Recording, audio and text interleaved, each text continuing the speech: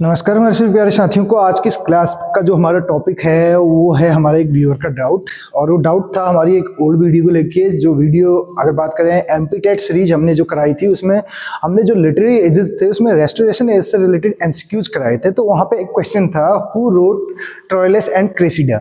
Actually इसका answer मुझे भी जब मैंने मॉर्निंग में देखा तो कमेंट देख के मुझे ऐसा लगा कि कौन सा क्वेश्चन है, कहाँ पे है, क्योंकि जो चीज़ हमने 3 साल पहले पढ़ाई हो उसके बारे में हमें नहीं पता है कि कहाँ पे वो क्वेश्चन था, क्या था। तो हमने उसका आंसर दे दिया कि ट्रोइलस एंड जो क्रेसिडा लिखा है वो विलियम शेक्सपियर का भी है, चौसर का भी है। लेकिन उनका जो कमेंट था वहाँ पे देखने लायक था। उन्होंने कहा कि सर आपने तो ड्रैगन बता रखा है। तो उसके बाद मेरे को जाके वीडियो वॉच करनी पड़ी, और वीडियो में मैंने देखा तो 10th नंबर का क्वेश्चन था उसमें, रेस्टोरेशन एज वाले में।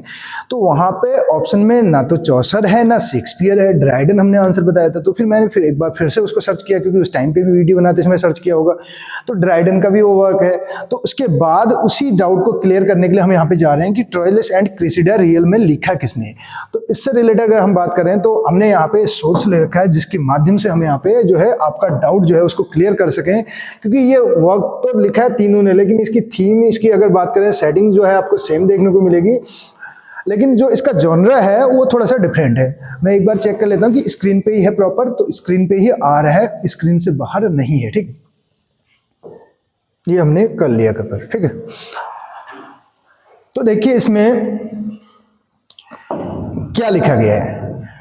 ट्रोइलस एंड क्रेसिडा, आप देख पा रहे होंगे। ट्रोइलस एंड जो क्रेसिडा है, इसका अदर टाइटल जो है ट्रूथ फाउंड टू लेट। जो सच्चाई है उसका पता देर से चला, कहने का मतलब ट्रूथ फाउंड, ट्रूथ जो सच है वो पता चला, फाउंड पाया गया। ठीक है, उसका पता चला टू लेट, बहुत लेट।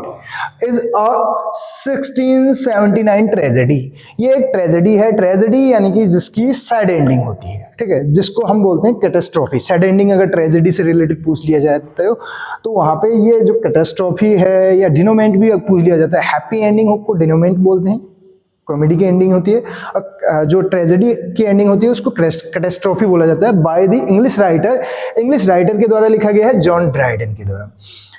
ठीक है, जॉन ड्राइडन, जिनके नाम पे एज ऑफ ड्राइडन, जिसको हम रेस्टोरेशन एज भी कह देते हैं, और जिसका टाइम पीरियड है 1660 से लेके 1700 तक। ठीक है, ये इसका टाइम पीरियड है, जिसको रेस्टोरेशन एज भी कहा जाता है। क्या कहा जाता है? रेस्टोरेशन एज भी इसको कह दिया जाता है, क्योंकि यहाँ पे मोनार्की रिस्टोर्ड हुई थी चार्ल्स सेकंड के साथ। किसके साथ? चार्ल्स सेकंड के साथ जो है मोनार्की भी यहाँ पे रिस्टोर्ड होती है, दोबारा से पुनः स्थापित होती है। तो इसको रेस्टोरेशन एज कहा जाता है। कॉमेडी ऑफ मैनर्स में आपने सुना होगा, फेमस ये जो जाना जाता है।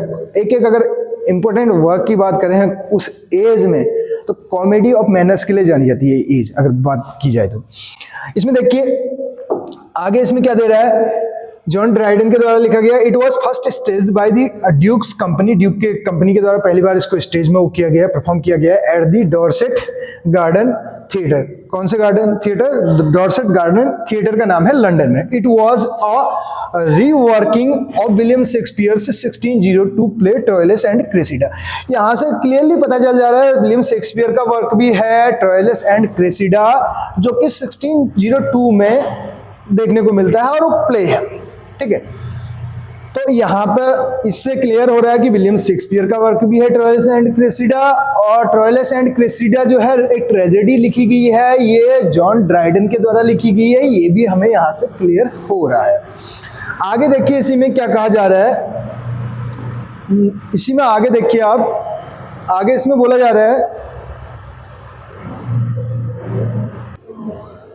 इसी में हम बात कर रहे थे, हमने बताया कि ये वर्क दोनों का है। लेकिन इसमें देखिए लंदन में है, और it was reworking William Shakespeare का जो प्ले है ट्रोइलस एंड क्रेसिडा, जो कि 1602 में आरका प्ले है। ठीक है, तो ये सेट है किस पर आधारित? Trojan war.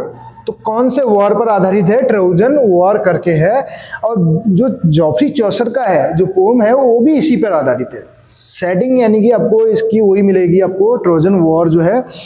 Acknowledgement of this Dryden, यानी कि इसकी एक स्वीकृति है। ट्रोजन वॉर पे जो आधारित इनका जो प्ले था विलियम शेक्सपियर का, उसी पे एक्नॉलेजमेंट है। Dryden has the prologue. इन्होंने क्या किया? प्रोलॉग की उसका वो किया। एक एपिलॉग होता है, एक प्रोलॉग होता है। ठीक है, तो प्रोलॉग यानी कि प्रीफेस टाइप का आप मान के चलिए। Spoken by Shakespeare's ghost, Shakespeare के गोस्ट के द्वारा डिफेंडिंग, इसको डिफेंड करते हुए alteration made to the play, ये आपको दे रखा है।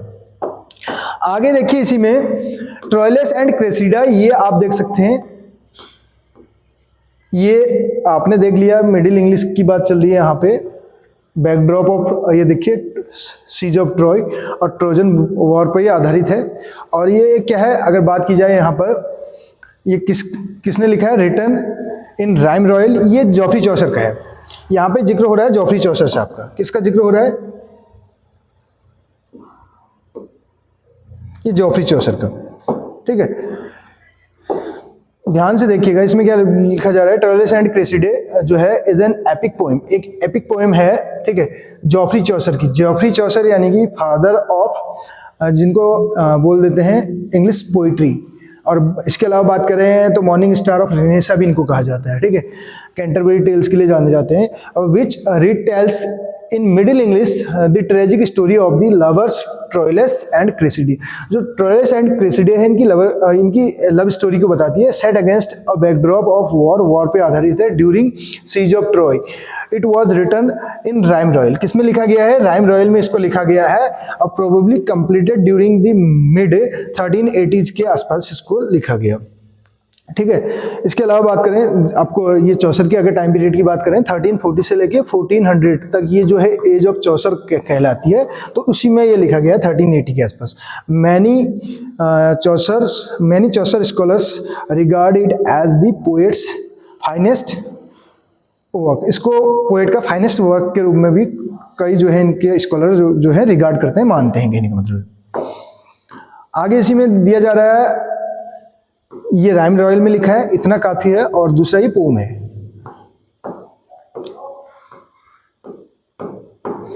नेक्स्ट जो हमारे पास है, देखिए इसको भी मैं यहाँ पे क्लियर कर दे रहा हूं। अब ये जो पोएम है ये रिटन राइम रॉयल में है, तो इसके साथ साथ क्या बोला जा रहा है, विच कंसिस्ट 7 लाइन्स स्टेंजा, जिसमें 7 लाइन का स्टेंजा देखने को मिलता है, राइम रॉयल ही इसको बोलते हैं। अब ये बोल लिया जाएगा, क्वेश्चन बन जाएगा कि 7 लाइन स्टेंजा को क्या बोलते हैं, राइम रॉयल बोलते हैं। 7 लाइन स्टेंजा को ही राइम रॉयल बोलते हैं। और ये किसमें लिखा है, A B A B B C C 7 line stanza है, इस फॉर्मेट में हमें देखने को मिलता है। मोस्ट लाइन्स हैव ईदर 10 और 11 सिलेबल्स।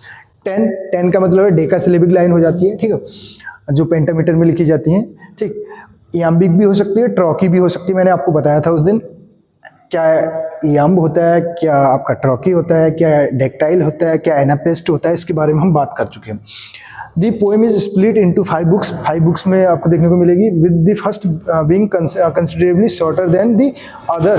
अन्य बुक्स की तुलना में पहली वाली बुक शॉर्टर आपको देखने को मिलेगी। ओनली आपको दिया है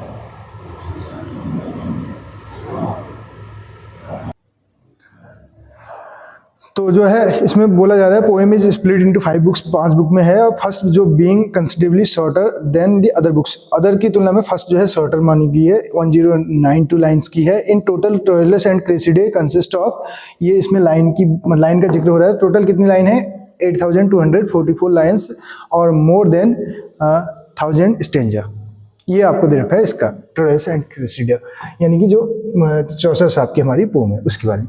अब tragedy of Troilus and Cressida often shorten Troilus and Cressida, ये देखो is a play by William Shakespeare का है, जो कि 1602 के आसपास इसको लिखा गया है। इसमें आगे बात करें, ये देखिए घूंघट ओढ़ के आपको देख रहा होगा, बेल बोलते हैं ना घूंघट को, written by William Shakespeare, character इसमें ओरिजिनल लैंग्वेज इंग्लिश है, फर्स्ट फोलियो में भी पब्लिश हो रखा है। ट्रोजन वॉर इसका सब्जेक्ट है, जॉनर है शेक्सपियर्स प्रॉब्लम प्ले में आ रहा है, यानी कि प्रॉब्लम प्ले उस प्ले को बोलते हैं जो सोसाइटी पर आधारित होते हैं और डेली बेस पे आधारित होते हैं, जो दिनचर्या को दिखाते हैं उनको। और प्रॉब्लम प्ले के लिए स्पेशली आपने नाम सुना होगा जॉन गॉल्सवर्थी और जीबी शॉ का नाम सुना होगा।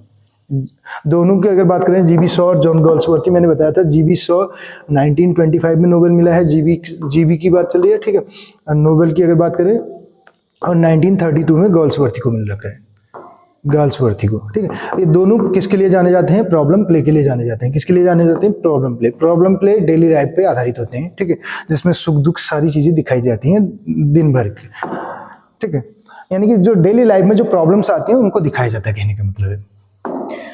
सेटिंग ट्रॉय ट्रोजन वॉर करके देखा है, ये जो है यहाँ से मुझे नहीं लगता है इसके बाद आपको किसी भी प्रकार की कोई इसमें दिक्कत होगी। उम्मीद करता हूँ जो आपका डाउट था ट्रायलिस एंड क्रेसिडा से रिलेटेड वो यहाँ पे जो है डाउट एकदम से क्लियर हो गया होगा। Clear in the sense means आपको समझ में आ गया होगा, you have gotten my points. उम्मीद करता हूँ जो मैंने पॉइंट्स यहाँ पे समझाने की कोशिश की, जो टॉपिक मैं यहाँ पे समझाने की कोशिश कर रहा था वो आपके समझ में आ गया होगा।